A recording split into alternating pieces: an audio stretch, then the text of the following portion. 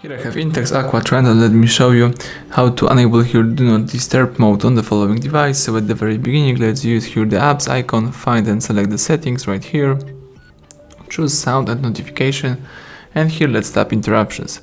So right now you've got always interrupt, but you can change it to don't interrupt at all, or you can choose allow only priority interruptions.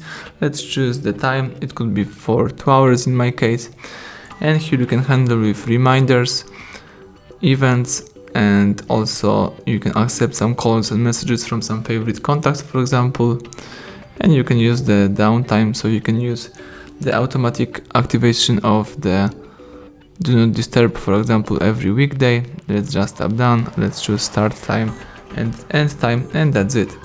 So everything went well, thank you for watching, please subscribe our channel, leave a thumbs up under the video.